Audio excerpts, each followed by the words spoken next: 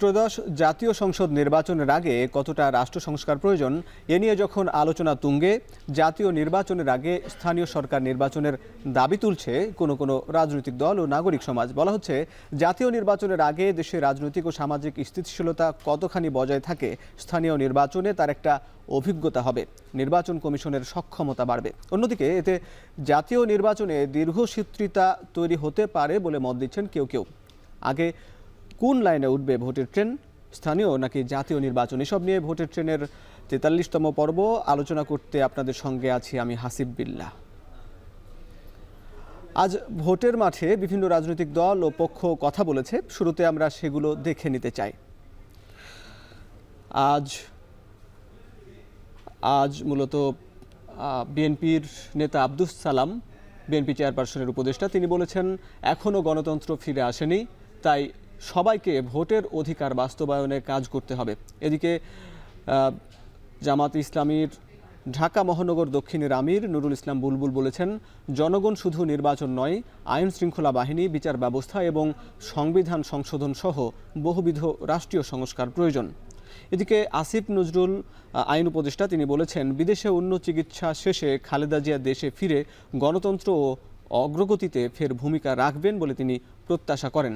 এদিকে স্থানীয় সরকার সংস্কার কমিশনের প্রধান ডক্টর তোফায়েল আহমেদ বলেছেন, জাতীয় নির্বাচন নিয়ে আলোচনা হলেও ঢাকার বাইরের মানুষ স্থানীয় নির্বাচন চায়। স্থানীয় সরকার সংস্কার কমিশন গঠনের পর ৯০ দিন অর্থাৎ ১৭ ফেব্রুয়ারির মধ্যে প্রতিবেদন দেওয়ার লক্ষ্য নিয়ে ইতিমধ্যে জেলা পর্যায়েও মত বিনিময় করছেন কমিশনের সদস্যরা। আজ গণমাধ্যম কর্মীদের সঙ্গে মতামতে কিছু সংস্কার প্রস্তাব তুলে ধরেন, সেগুলো দেখে নিতে চাই। নির্বাচন সংস্কার কমিশনের প্রধান ডক্টর তোফায়েল আহমেদ গণমাধ্যম কর্মীদের বলেছেন, চেয়ারম্যান বা মেয়র পদে সরাসরি নির্বাচন না করে শুধু সংসদ সদস্য নির্বাচন করতে হবে। শুধু সদস্যরাই চেয়ারম্যান বা মেয়র পদে নির্বাচনে তারা ভোট দিবেন বা তারা নির্বাচিত করবেন। এছাড়া সদস্য পদে নির্বাচন সরকারি বেসরকারি চাকরিজীবী সহ সবার জন্য উন্মুক্ত রাখার একটি মতামত যারা বিভিন্ন ফোরামে উঠে এসেছে সেগুলো তিনি তুলে ধরেছেন। সেখানে বলা হচ্ছে যে সরকারি চাকরিজীবী অর্থাৎ স্কুল শিক্ষক সহ বিভিন্ন পর্যায়ের যারা সরকারি বেসরকারি চাকরিজীবী তারাও এই নির্বাচনে, স্থানীয় সরকার নির্বাচনে তারা সদস্য হবার যোগ্যতা রাখেন। এরপরে সকল স্থানীয় সরকার প্রতিষ্ঠানের জন্য একটি একীভূত আইন তৈরি করা, অর্থাৎ স্থানীয় সরকার যেগুলো ইউনিয়ন পরিষদ নির্বাচন, উপজেলা পরিষদ নির্বাচন এবং একই সঙ্গে সিটি কর্পোরেশন নির্বাচন, সেগুলোকে একটি আইনের ভিতরে আনার ব্যাপারে তিনি বলেছেন। এবং এর সঙ্গে সংসদ সদস্যরা যেন স্থানীয় সরকার প্রতিষ্ঠান নিয়ন্ত্রণ করতে না পারে, এই অভিযোগ কিন্তু দীর্ঘদিনের এবং বিভিন্ন সময় দেখা যায় এমপিরা স্থানীয় সরকার নিয়ন্ত্রণ করেন, সেটা যেন করতে না পারেন সেই ব্যাপারে মতামত এসেছে।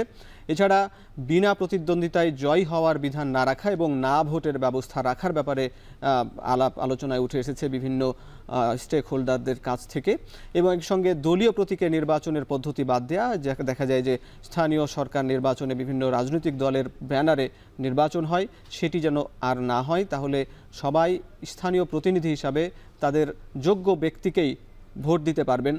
এবং একই সঙ্গে তত্ত্বাবধায়ক সরকারের অধীনে নির্বাচন করা, যেহেতু রাজনৈতিক দলগুলো যেমন জাতীয় সরকার নির্বাচন অধীন হয়, সেটা স্থানীয় ব্যাপারে বলছেন। এবং একসঙ্গে একটি এলাকায় একই দিনে সব প্রতিষ্ঠানের নির্বাচন করা, এবং একসঙ্গে এটি বলা হচ্ছে কারণ নির্বাচনের ব্যয় কমে আসবে এতে।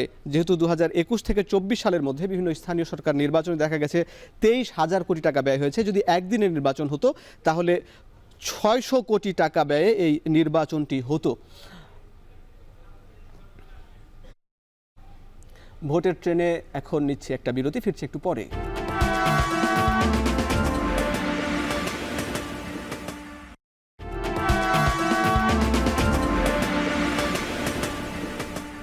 বিরতির পর স্বাগত, দেখছেন ভোটের ট্রেন। ভোটের ট্রেনে আজ আলোচনায় যুক্ত হয়েছেন রাজনৈতিক বিশ্লেষক ডক্টর আব্দুল লতিফ মাসুম।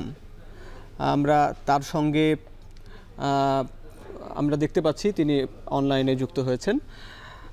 আমি আপনার কাছে জানতে চাই যে স্থানীয় সরকার নির্বাচন নাকি জাতীয় নির্বাচন, এ নিয়ে রাজনৈতিক দল এবং সরকারের বিভিন্ন পক্ষ বিপক্ষে নিয়ে আলোচনা চলছে।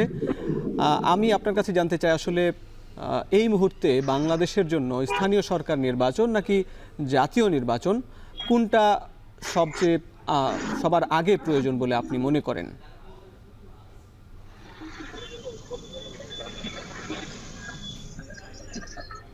আমার মনে হয়েছে যে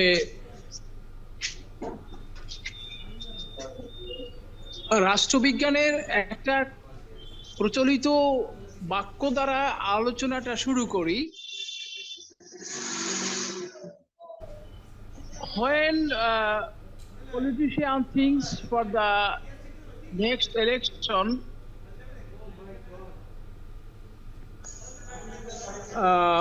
statesman thinks for the next generation.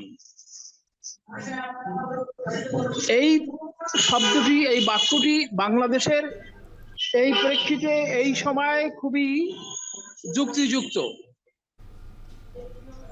জাতীয় রাজনৈতিক নেতৃবৃন্দ নির্বাচনের জন্য উদ্গ্রীব রয়েছেন, অপরদিকে সিভিল সোসাইটি, অন্তর্বর্তীকালীন সরকার এবং অন্যরা জাতির ভবিষ্যৎ সংস্কার নিয়ে চিন্তা ভাবনা করছেন।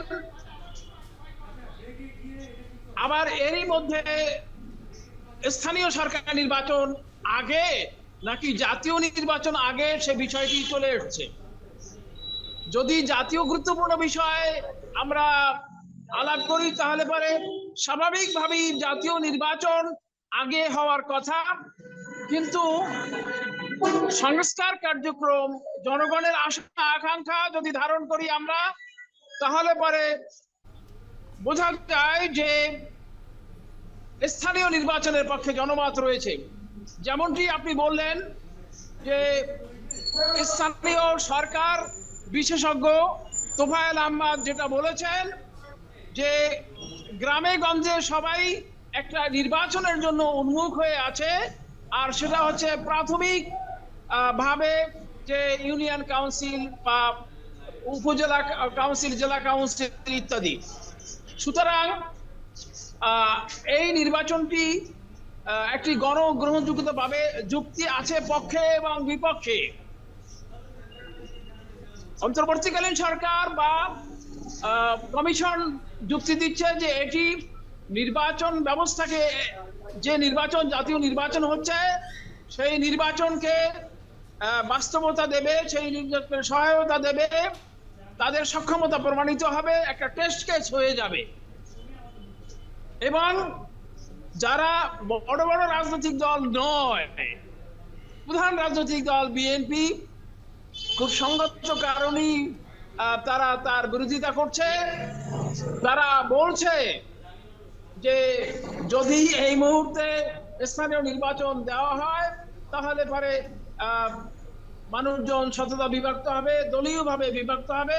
আলটিমেটলি সেই দলীয়ভাবে বিভক্ত হলে তারা লাভবান হবে না, প্রধান রাজনৈতিক দল লাভবান হবে না। সুতরাং ধন্যবাদ স্যার আপনাকে। আমরা ফিরবো আপনার কাছে। আমরা দেখছেন ভোটের ট্রেন, স্বাগত ভোটের ট্রেনে। আমরা আপনার কাছে আলাপ করছিলাম যে রাজনৈতিক নির্বাচন নাকি সংস্কার এবং এর সঙ্গে স্থানীয় সরকার নাকি জাতীয় সরকার, সে ব্যাপারগুলো। তো আসলে স্থানীয় সরকার নির্বাচন করতে গেলে কোন কোন সংস্কারগুলো প্রয়োজন, সে ব্যাপারগুলো আপনার কাছে একটু জেনে নিতে চাই। স্থানীয় সরকার নির্বাচন করতে হলে অতি অবশ্যই আমাদের কিছু সংস্কারের মধ্যে যেতে হবে। আপনারা জানেন যে আওয়ামী লীগের দীর্ঘদিনের বাংলাদেশের ঐতিহ্য অতিক্রম করে 2011 সালে একটি দলীয় আইন করে, যে আইনের মাধ্যমে দলীয়ভাবে নির্বাচন অনুষ্ঠিত হবে। কিন্তু বাংলাদেশের লোক চিরকালই নিরপেক্ষভাবে স্থানীয় নির্বাচনগুলো করে আসছে, সেটা তারা পছন্দ করে না। সুতরাং সেক্ষেত্রে একটি বড় সংস্কার সাধিত হতে হবে। দ্বিতীয়ত, এই যে powers and functions, local government, সারা পৃথিবীতে লোকাল গভর্নমেন্ট হচ্ছে সমস্ত কর্মকাণ্ডের কেন্দ্রবিন্দু। শিক্ষা, স্বাস্থ্য এবং নানা ধরনের নিরাপত্তা সমস্যা তারা মোকাবেলা করে থাকে। কিন্তু বাংলাদেশে অতিমাত্রিকভাবে রাজনীতিকরণ, অতিমাত্রিকভাবে কেন্দ্রীকরণের প্রবণতা আছে, যে কারণে বিকেন্দ্রীকরণ খুবই জরুরি।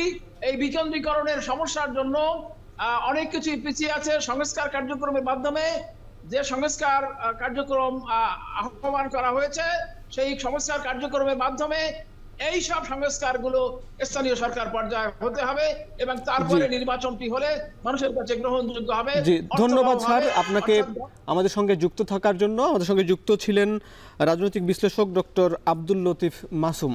ভোটের ট্রেনে নিচ্ছে একটা বিরতি, ফিরছি একটু পরে।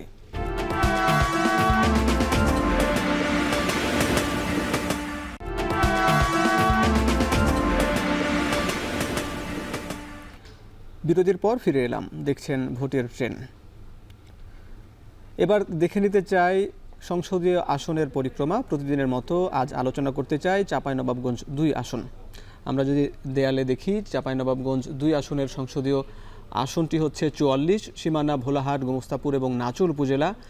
এই সংসদীয় আসনের মোট জনসংখ্যা 5,25,751 জন, মোট ভোটার 3,76,972 জন, পুরুষ ভোটার 1,86,066 জন এবং নারী ভোটার 1,90,906 জন। জানাচ্ছিলাম সংসদীয় আসন চাঁপাইনবাবগঞ্জের ভোটের পরিক্রমা, যেটি পশ্চিমাঞ্চলের একটি পশ্চিমের একটি জেলা। আমরা শেষ করছি আজকের মতন ভোটের ট্রেন। দেখা হবে আগামী পর্বে নতুন কোনো বিষয় নিয়ে।